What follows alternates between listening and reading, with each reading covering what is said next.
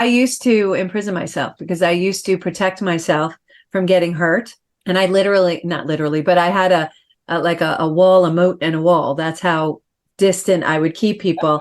And although I'm a very private person, you wouldn't know that because I have a radio show, I have a book, I'm all over the websites, but all over the internet. But I am actually a very private person. But there's a difference between being private and walling yourself in. And I finally discovered, and one day I said to someone, I don't understand why this person would think that I would do such and such. And they were like, well, they don't know you. And I was like, how do they not know me? And he was like, you don't let anybody in. Do you not know that? You're very exclusive of who you let really in. He's the one who marked that you have a wall, a moat, and a wall. And I was like, yeah, that's probably right. I do. He goes, you're only imprisoning yourself because they don't know the real Lorianne. He goes, let people see who you let me see. He goes, Absolutely. because I like that person. And I was like, I do too.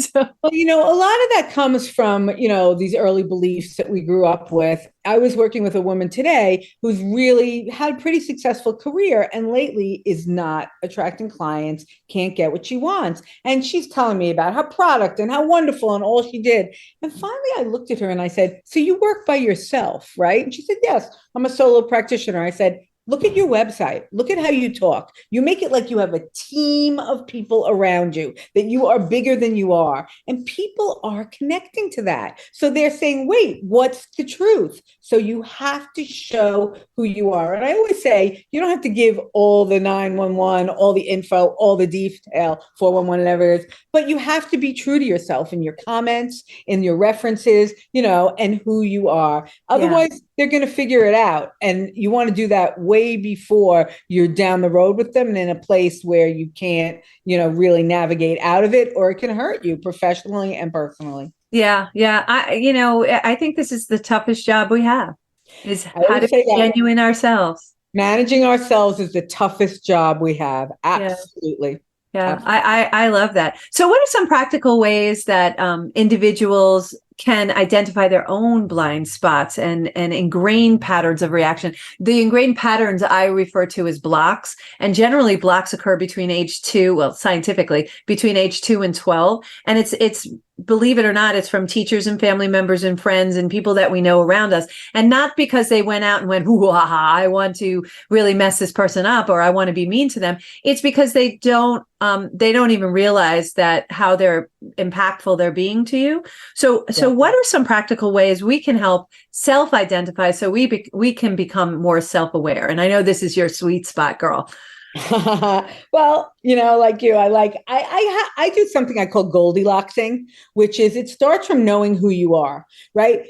There are two things about Goldilocks, right? The first thing is we all know the story. Once again, a reference, some people don't. A woman wanders into the woods, gets tired, finds a little cottage, goes in. There's a big bowl of porridge, a little bowl of porridge, and a medium bowl of porridge. One's too big, one's too little, one's just right. Same thing with the bed. So it's about finding what's right. Don't always, big isn't always better. You have to know who you are, exactly who you are. But the other part of that we forget is that Goldilocks was trespassing. She was in someone's house she shouldn't be in. So you have to think about, is my brain, is my mind going to a thing that I shouldn't be doing, right? So is my blind spot evident because I'm worrying about what that person's doing or about what they're working on or about what they're wearing instead of myself? So I think looking at, is it the right size for me? Knowing who you are, like we said before, some people can see it and accept it, but no, on certain things, I need a small size, like a small cup of coffee. I love coffee and I love that when you said verbal caffeine, but I drink my coffee slowly. If I get a big coffee, it's going to be cold. So how much I love it, I'm better buying small coffees. Simple example, but you have to know who you are. And then you have to realize, are you trespassing? Are you in someone else's head, in their business? And that's a blind spot for you because then you're worrying and doing things that you wouldn't want. So I think those are two really good places to start. Absolutely. I love that. You got to stay in your lane. You got to stay, within yourself. And I say to your Goldilocksing, I say, keep your eyes on your own page. Mm-hmm. Remember when the teachers was like, don't keep your eyes on your own paper? That's what you really need to do. Comparing and contrasting is never a road you want to go down, because there's somebody else with different tools have gone down a different road. Your path is your path, and our uniqueness. And again, it's unique. We are all unique. That differential is real important. I love this discussion. I want to continue the discussion. We're talking with the beautiful Ilene Marcus. If you want to look her up, email her at Ilene@alignedworkplace.com. You can go to alignedworkplace.com and really get more of her yumminess. Really encourage you to go get Managing Annoying People. We all know them. We all have to manage them. We all have to deal with them. It's a great book. And I can't wait after this short break. We're going to come back and talk about book 2 and a whole bunch of other yummy stuff. We'll be right back.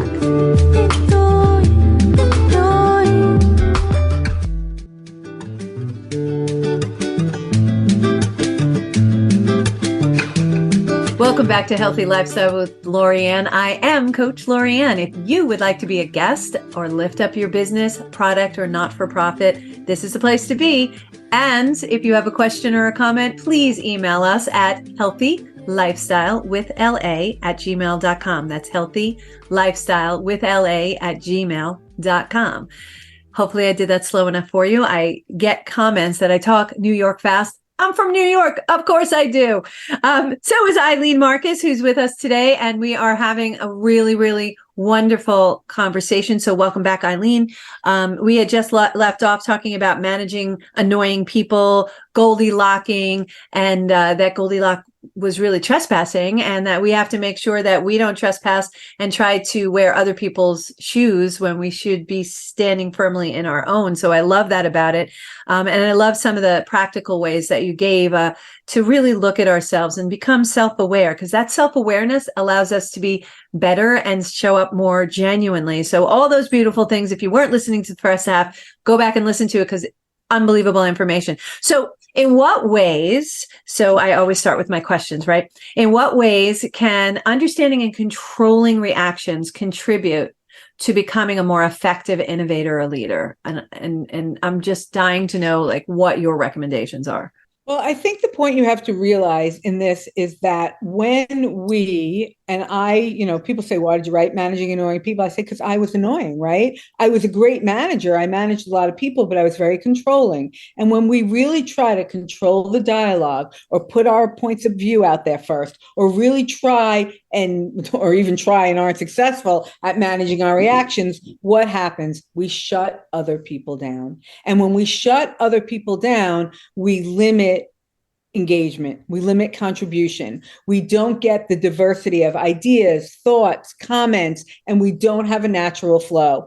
Reality is that business is a team sport. You do not work alone. You work with others, and you need to know how to talk with a team. You need to know how to hear things, how to get an assist. So when we don't manage ourselves and we're out there with our crazy, we make it so that people don't want to pass the ball for us, for lack of a better analogy, that, or when they do, they're like, oh, this time, but never again. So when you're being in your, kind of reactive, your amygdala is out, your reasoning goes out, you're not making rational sense to your team members.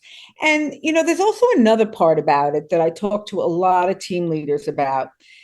They are looking to bond. And a lot of them think it's funny, right? There's someone on their team that, always wears the same pants, and they make fun of the pants and they all roll their eyes. And they think, oh, look, I'm making my team, we have inside jokes. Isn't this fun? But eventually what happens is everyone realizes that you as the leader can turn on them just like you turned on this person. And you actually has the opposite effect. So the idea of what we bring to it and how we show who we are can really affect the results of your team really wanting to come to you with ideas, or, as I like to say, come to you with problems, because I like to know what's going wrong early on. That's very important. And if people are scared to come to you or to ask others for help, you're never going to get off the dime, and results will falter.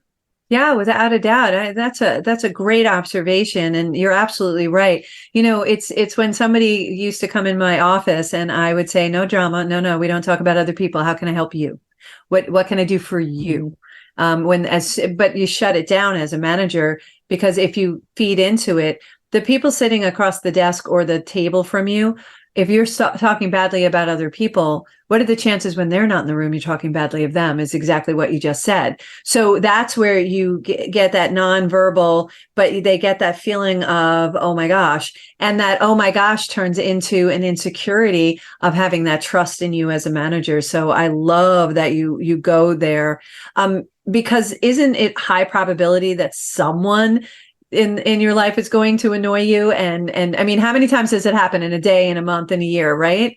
I say 100% probability. You know, I'm not an oracle or a fortune teller, but someone will annoy you. It happens. Yeah. Even someone you love or something that you didn't think would be annoying can unintendedly annoy you. Yes. So yes, it's everything. It's everything. I usually find myself laughing because I usually find that what they're annoying me about is something that I know I should be working on in myself. And I just start laughing, you know. There's the mirror. That's the mirror we talked about in the first half, right? Yes. You see it in yourself. And that's a good response. Laughter is a great response. Laughter changes the whole brain chemistry right away. Laughter, smile. When you get annoyed, like that is a really good response. To laugh, to look out the room, to look out the window, to yawn. Changing your brain chemistry can change the spot you're in.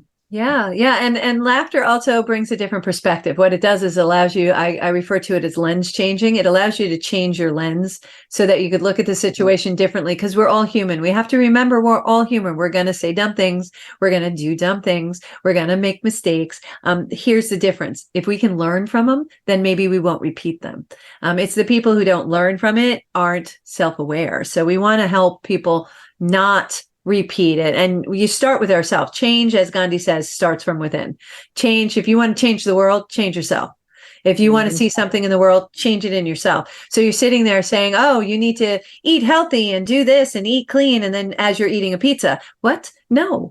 So we need to really do what I do in my business is whenever I have a group of people and I'm talking to them, and I'm sure, Ilene, you do the same thing, is we model how we want other people to be. So especially as managers and leaders, we need to model, unlike some of our leaders today, we need to model how we want the other people to act. So if you want people to act a certain way and to show up as their best self, you need to model that by showing up as your best self, whatever that means, whatever that means to you. And that's why managing your emotions is so important, because if you get upset at someone driving on the way to work, if you get upset at the way your sister talked to you, if you get upset and you bring that into the workplace, they can feel it and they already know, right, that this isn't going to be a good day. And we want to show that I can tell you, oh, I had a situation this morning, but let's deal with this. You can be honest about it, but not bringing it in and really learning how to, for lack of a better word, silo sometimes some of those emotions is very, very important. And one other thing that you can do in that is to not talk. Instead of you taking charge, you can ask your another person in the meeting, or if someone comes to you with a problem, you could say, tell me more about it. Instead of rushing right in because you're anxious or you're annoyed or you're feeling something, you can slow it down and dial it back and try to sit there. And that's when you can see your blind spots and who you are. When you sit there when you're annoyed, you can have all these things popping up in your head. And the trick is to say, okay, manage me, put a smile on my face and let me see how I can take care of this person, not satisfy my own needs today. Yes, absolutely. So, but what are the risks? Obviously, there are risks of not dealing with the being annoyed, that annoying feeling. What are those risks that we're running by not dealing with it? Yeah, I know we're going to get to it, but this is really the topic of my second book, and we're still kind of figuring out some of the details. But you said it before, I want to be healthy, and yet I'm eating pizza every day. It's about looking at the disconnect between what we say and what we do. And when I say, yes. But Ilene, you're asking me to be honest with myself. Stop. Exactly. Brutal honesty. It starts there. Yes. I'm asking you to look at that BS blind spots and be honest with yourself. And, it's that thing that it's not right or wrong. It's not good or bad, right? Like if I want to be healthy and I spend my time and my money, on pizza, then I just have to say, but I'm always going to eat pizza. So it's that beating up. It's the disconnect, not necessarily that you're actually eating pizza is the problem. And I think people see it that way a lot of the time, right? If I do this and I should be doing this. So it's that being mad at yourself, what you should be doing, what you think is right, that a belief stuck in your head that you grew up with, that